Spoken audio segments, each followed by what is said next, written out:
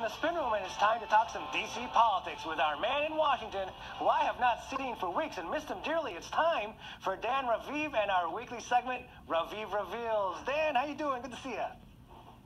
I feel exactly the same, Ami. I mean, that I missed you. Also, I feel the same. I'm feeling good. Holiday time in Washington, no lack of news, right? Yes. Usually by late December, there'd be nothing to report.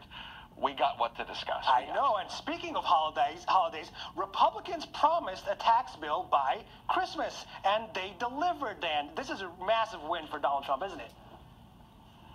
Well, it really is, because it was a very frustrating 2017. And yes, by the way, I'm wearing a red sweater because we're between Hanukkah and Christmas. Of course. Just wanted to put that out there.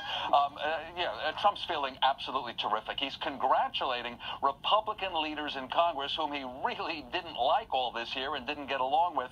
This really struck me. A tweet on Wednesday morning where he said, I want to congratulate Mitch McConnell, right, the Senate Republican leader, in having done a fantastic job in strategically guiding the tax cut through. This is what I really like. I couldn't ask for a better team. We'll go on to many more victories. It shows his ambitions for 2018. The Trump White House is really ending this year on a high note. That's their feeling right now. And they think in 2018 the tax cut will be popular. So far it isn't, by the way, but they think it will be.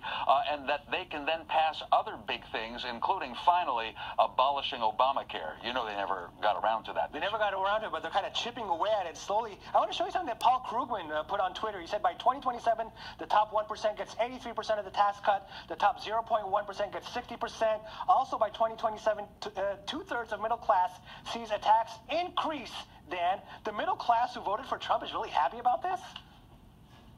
Let me explain that a little bit better, because liberals like Paul Krugman, I'm not setting him up as an enemy, you know me, I'm right down the middle, but liberals like Krugman are noticing that in the tax bill, the corporate tax cut, great for corporations, that's permanent.